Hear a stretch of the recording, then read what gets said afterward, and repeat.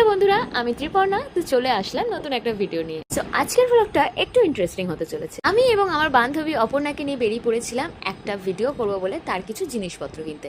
তোমরা আইডিয়া করতে পারছো কি? যদি করে থাকো তাহলে কিন্তু কমেন্টে জানিও। জিনিসপত্র কিনে তো বাড়িতে চলে এসেছি। তো এরপরে আমাদের সেট আপ করার জন্য আমার কিছু জিনিস লাগতো। তার থেকেও বড় জিনিস লাগতো হচ্ছে আমার একটা বড় টেবিল, যেটা অ্যারেঞ্জ করতে গিয়ে তো আমার নাজেহাল অবস্থা।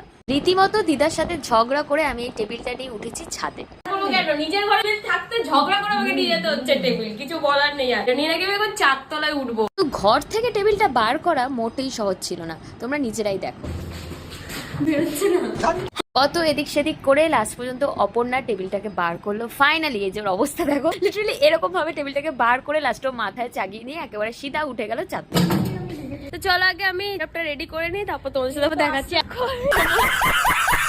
এটা গুছিয়ে নিই, তারপর তোমাদের সাথে আবার দেখা হচ্ছে।